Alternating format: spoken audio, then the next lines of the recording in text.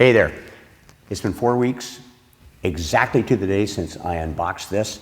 And so I thought I'd just do a little video. At the very end of this video is going to be a very rough performance of something.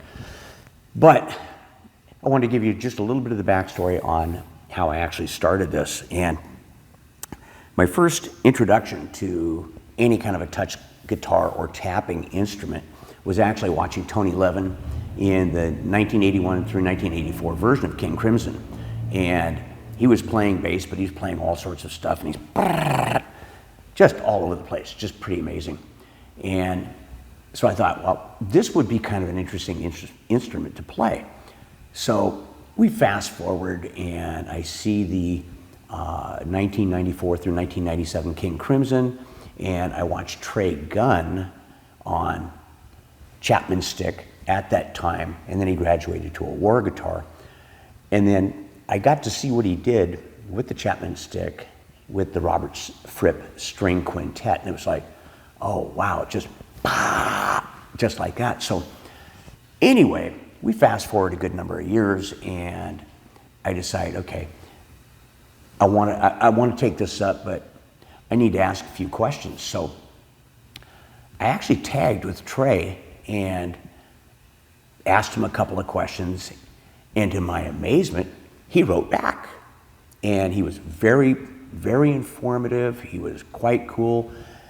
And so I asked him, okay, this guitar here is made by Kevin Seibold, and he names his company Crappy, this is with a K, Crappy Guitars. So it's very tongue-in-cheek, but he's quite serious about making his guitar instruments, and especially the Touchstyle.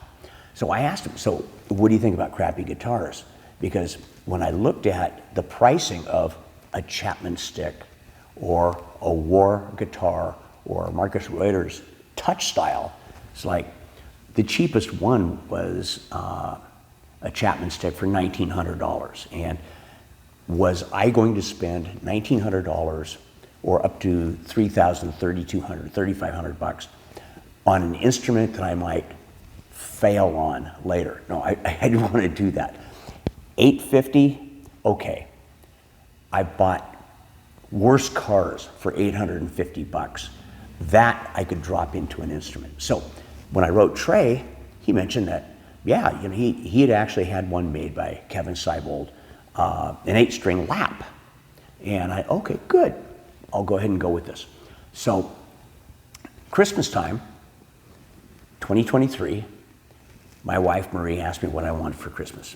And I said, well, I had various things in various price limits.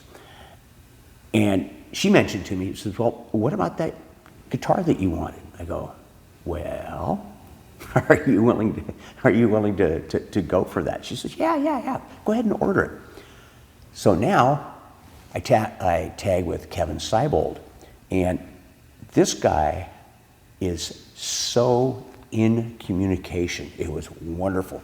We're batting back and forth emails. He responds usually within an hour, if not within a day, more so within an hour.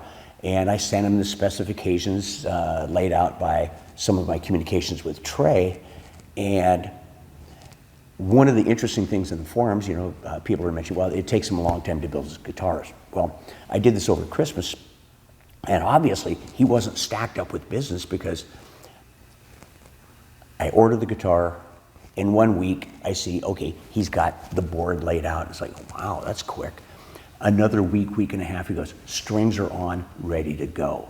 And so I fired off the rest of the payment to him, and like that. Now, while I was doing this and researching, what I did was I started hitting the internet, and I saw a number of lessons that Markus Reuter, who plays with Stickmen and he plays with Tuner along with Trey Gunn, he has his own guitar that he calls a touch guitar.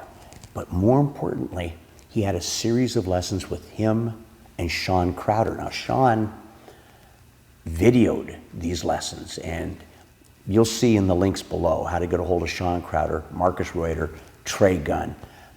But that is what I started basing how I'm learning this instrument, from videos by Shawn. And Shawn had his first session, second session, third session, blah, blah, blah, and so forth. So I've gone through 2 sessions, and I'm into the third. The third is pretty meaty, but right now I'm just working with fingering exercises from those. I split up my my training, so to speak, into 3 different categories. One has to do with the fingering exercises. There's a number of fingering exercises that Markus goes over with Shawn. He goes over in great detail, and one of the things about the Markus Reuter lessons that he's doing with Shawn is that he is extremely encouraging, extremely validating. It'd be wonderful to take lessons from this guy because he is just right there. He's correcting mistakes. He's being very scientific in how he's doing this, but he's incredibly encouraging. So where Trey was in writing, very encouraging, Markus on the video was very encouraging. So for a newbie like myself, this encouragement is big. And as long as I talk about encouragement, I do have to mention John Fresk, Bill Wagner, Michael McNeil. These are 3 musician friends of mine who are just very much behind what I'm doing. And Trey had mentioned, hey, this is a difficult instrument. Well, Bill and I were talking yesterday. He was laughing. He says, man, I got to hand it to you, Dan. You picked a hard instrument to play. So going back to my 3 categories, my first category are the fingering lessons that I pick up from Markus from the videos. The second category is playing a tune, learning it by ear. And the first one that I learned was the Reins of Castamere. I saw a YouTube video that had just a cello solo rendition of it. And I started learning that by ear, and that was a bit tougher than I thought. And at the end of this video, I have a short clip that I'll show you. It's still rough, but what can I say? And then the third one is just pure fun, which is I go to the bass side of the instrument and I rock out to very, very simple bass riffs.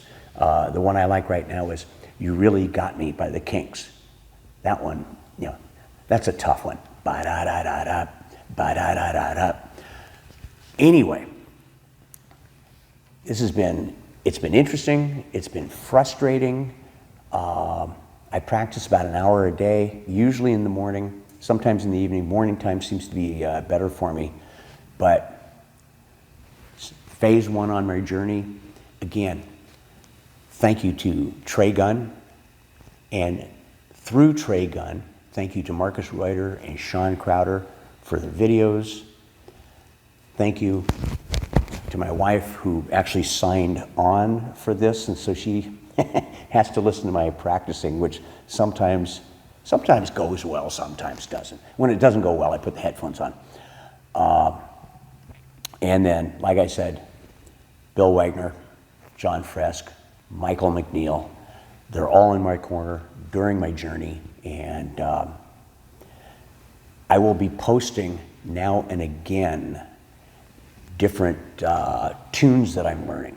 The first one, the Reins of Castamere, very simple. It's taken me a while to get it down. The second one is going to be sort of a Hatfield in the North medley, starting off with Calyx, and then somewhere inserting Your Majesty is a Cream Donut, the soft version, and God Song. So anyway, without any further ado, I'll flip over to the Reins of Castamere. After I uploaded the video of unboxing the Touchstyle guitar, I got some really good advice. That was, record something, then put it away. Don't watch it for a month, 2 months, 3 months, 6 months. Then come back to it to see how far you've come. So, this is the video. This is the tune. I'll upload it for one and all, warts and all. Enjoy.